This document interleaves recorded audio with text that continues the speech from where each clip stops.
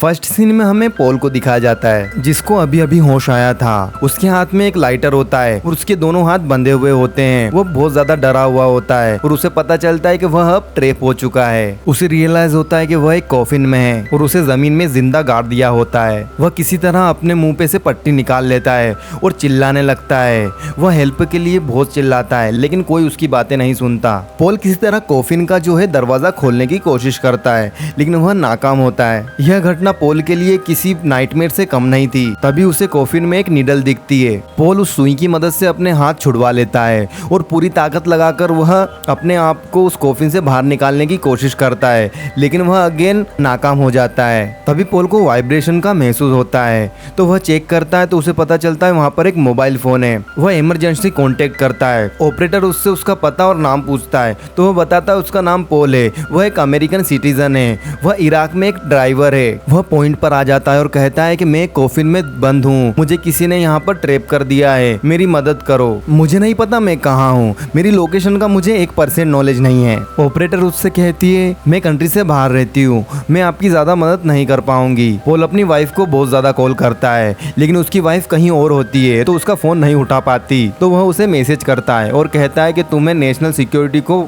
बताना होगा कि मेरे साथ क्या हुआ है। पॉल FBI को कॉल करता है। एक एजेंट उसका फोन उठाता है। पॉल कहता है कि वह एक ट्रक ड्राइवर है। वह एक कंपनी के लिए इराक में काम करता है। वह जब एक दिन किचन आइटम डिलीवर करने जा रहा था तभी कुछ बच्चों ने उस पर स्टोन फेंकना स्टार्ट कर दिया। तभी वहाँ पर कुछ बंदे आ गए और उसे सर के पीछे वार कर दिया। इसके बाद से उसे कुछ नहीं पता और वह एक कॉफिन में कैद है। उसको मदद की बहुत ज्यादा जरूरत है। तभी नेटवर्क चला जाता है। वह बहुत ज्यादा घबरा जाता है। वह कॉफिन के हर कोने में जाकर ट्राई करता है कि नेटवर्क आ जाए। तभी वहाँ पर नेटवर्क आ जाता है। वह वापस से FBI को कॉल करता है लेकिन इस बार कोई दूसरा एजेंट होता है। वह उससे सिक्योरिटी कोड पूछती है जो उसने कन्वर्सेशन के दौरान एजेंट ने उसे बताया होता है लेकिन पॉल ने वह सिक्योरिटी कोड नोट नहीं किया होता। पॉल को लगता है वह मर जाएगा, वह कभी भी इस कैफिन से बाहर नहीं आ पाएगा। इस कारण से वह बहुत ज्यादा फ्रस्ट्रेट होने लगता है और अपने आप को ही मारने लगता है लेकिन कुछ समय बाद ही वह शांत हो जाता है। तभी वह नोटिस करता है कि उसे किसी का मिस कॉल आया है। वह वापस से उसको कॉल करता है और उसे पता चलता है कि यह आदमी वही है जिसने उसको यहाँ पर कैद किया है। फोन के उस पर वह आदमी कहता है कि तुम एक अमेरिकन सोल्जर हो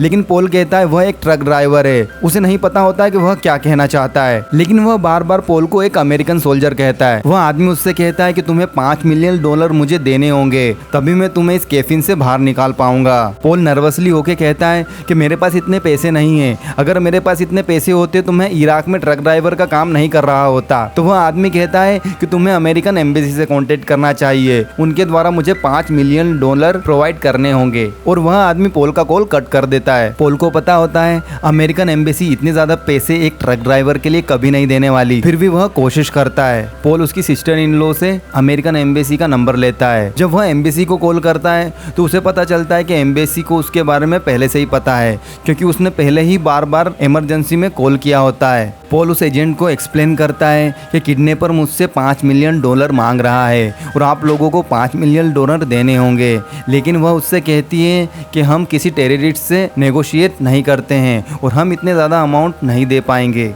पॉल को यह बात फ्रस्ट्रेटिंग लगती है और वह उस एजेंट को चिल्लाने लगता है कि तुम्हारे लिए डिसीजन बनाना आसान है लेकिन तुम्हें मेरे बारे में सोचना चाहिए। मैं कुछ ही घंटों में मरने वाला हूँ, मेरी फैमिली के बारे में सोचो, मेरे बच्चों के बारे में सोचो। एजेंट को पॉल पर दया आ जाती है और वह कहती है कि मैं तुम्हें डेन का नंबर देती हूँ जो इराक में ऐसी सिचुएशन में तुम्हारी मदद कर पाएगा। पॉल क्विकली उसका नंबर लेता है और उसे कॉल करता है। पॉल की डेन से बात होती है। डेन उसे सजेस्ट करता है कि तुम्हें पैनिक नहीं करना चाहिए और किसी को कॉल नहीं करना चाहिए, तुम्हें अपने मोबाइल की बैटरी बचानी चाहिए और धीरे धीरे सांस लेनी चाहिए क्योंकि कैफिन में बहुत कम ऑक्सीजन बची होगी। पॉल जैसे ही डेन का कॉल कट करता है उसे किडनैपर का कॉल आ जाता है। वह पूछता है अमेरिकन गवर्नमेंट ने क्या कहा। पॉल बताता है कि अमेरिका एक ट्रक ड्राइवर के लिए $5 मिलियन का नुकसान नहीं करेगी। किडनैपर बोलता है कि 5 मिलियन नहीं तो 1 मिलियन करवा दो। वह बोलता है कि तुम्हें एक वीडियो रिकॉर्ड करना होगा ताकि तुम्हारी गवर्नमेंट तुम पर दया कर सके। किडनैपर पॉल को कहता है कि तुम्हारे पास कैफिन में एक बैग पड़ा होगा, वहाँ पर तुम्हें एक स्क्रिप्ट मिलेगी, उसे तुम्हें पढ़ना होगा और अमेरिका को वह सेंड करना होगा। जब पॉल वह बैग खोलता है तो उसमें उसे एक नाइफ मिलता है, एक दारू की बोतल मिलती है और स्क्रिप्ट मिलती है। डिसाइड करता है है कि वह अपनी वाइफ को कॉल करेगा, लेकिन अगेन उसकी वाइफ उसका कॉल नहीं उठाती है। वो फ्रस्ट्रेट हो जाता है, उसे नहीं पता होता आगे क्या किया जाए। तभी वह देखता है उसके मोबाइल की बैटरी भी डाउन हो रही है। पोल डेन को बताता है किडनैपर ने उसे वीडियो बनाने के लिए कहा है और उसे स्क्रिप्ट भी दी है। डेन उसे वीडियो बनाने के लिए मना कर देता है और वह कहता है मैंने अभी अभी 24 ईयर ओल्ड स्टूडेंट को बचाया है तो तुम्हें भी बचा लूंगा, और उसे काम डाउन करता है। पोल अपनी मम्मी को कॉल करता है और उसे कहता है कि मैं आपका बेटा बोल रहा हूँ, लेकिन उसकी मम्मी जो होती है उसे पहचानने से मना कर देती है क्योंकि उसकी मेंटल जो स्थिति होती है वह अच्छी नहीं होती।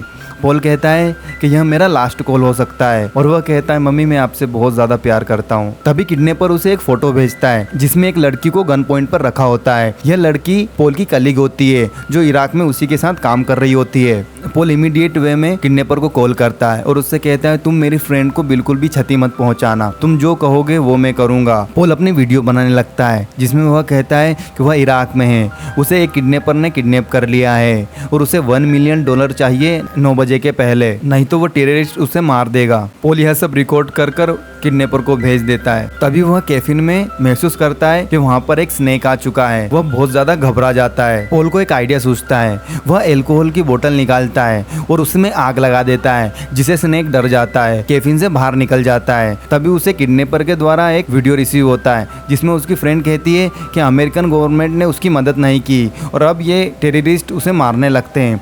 तभी कोई उसे गन शॉट से मार देता है। पोल यह देखकर बहुत ज्यादा डर जाता है और वॉमिट करने लगता है। अब पोल को कुछ समझ नहीं आता, वह सोचने लगता है कि अब वह यहीं पे मर जाएगा। तभी उसे डेन का कॉल आता है। डेन पोल से कहता है कि तुम्हें वीडियो नहीं रिकॉर्ड करना चाहिए था, यह किडनैपर का मूव था जिससे वह यूएस गवर्नमेंट पर प्रेशर बना सके। अब यूट्यूब पर उस वीडियो के बहुत सारे व्यूज आ चुके हैं। जब पोल और डेन बात कर रहे होते हैं तो पोल को प्रेयर्स की आवाज़ आती है और वह उससे कहता है कि शायद मैं मस्जिद के पास में हूँ, तुम्हें मुझे ढूंढना चाहिए मस्जिद के पास। डेन कहता है तुम्हें चिंता करने की कोई ज़रूरत नहीं है, अब मैं तुम्हारे बहुत पास हूँ। तभी वहाँ पर ब्लास्ट हो जाता है और कैफिन में रेत आने लगती है। डेन किसी तरह उस रेत को बंद करने लगता है उसके कपड़े यूज करके, लेकिन वह नाकाम होने लगता है। तभी डेन पोल से कहता है कि किडनैपर भी शायद इस ब्लास्ट में मर चुका होगा। रेत लगातार कॉफिन के अंदर आ चुकी थी और डेन की जीने की इच्छा भी बहुत ज़्यादा कम होने लगती है। वह एक फाइनल वीडियो रिकॉर्ड करने लगता है अपनी वाइफ के लिए। तभी पोल को किडनैपर का कॉल आता है। वह कहता है कि तुम्हें अपनी उंगली काटनी होगी, नहीं तो मैं तुम्हारी वाइफ और बच्चे को मार दूंगा और तुम्हें वीडियो रिकॉर्ड करके यूएस की गवर्नमेंट को भेजना होगा जिससे वह मुझे पैसे सेंड कर देंगे। किडनैपर पोल को उसके घर का एड्रेस भी दे देता है, उसकी वाइफ और बच्चों के नाम भी बता देता है जिससे पोल को बिलीव हो जाता है कि यह किडनैपर कुछ भी कर सकता है। वह फट से अपनी उंगली काट देता है और वीडियो बनाकर उसे सेंड कर देता है। तभी कैफिन का दरवाजा खुलने लगता है और उसे बहुत सारी लाइट दिखने लगती है, लेकिन असल में वह सपना देख रहा होता है। रेत लगातार कैफिन में आ रही थी। तभी पोल को डेन का कॉल आता है। डेन पोल को कहता है कि हमने तुम्हें ढूंढ लिया है और जल्दी हम कैफिन को खोलने वाले हैं, तुम चिंता बिल्कुल भी मत करो। डेन को पोल वापस से कॉल करता है। तभी डेन कहता है कि हमने तुम्हें ढूंढ ही लिया, और जैसे ही डेन कॉफिन को खोलता है तो वहाँ पर कोई और मैन होता है। इसका मतलब होता है डेन ने किसी और आदमी को बचा लिया होता है। डेन पोल से उसको ना बचाने के लिए माफी मांगता है। पोल की बचने की आशाएं सारी खत्म हो जाती है और रेत कैफिन के अंदर आती ही जाती है। और एक वक्त ऐसा आता है रेत पूरे कैफिन में आ जाती है और पोल की वहीं पर मौत हो जाती है और यह मूवी यहीं पे खत्म हो जाती है। Thank you for watching.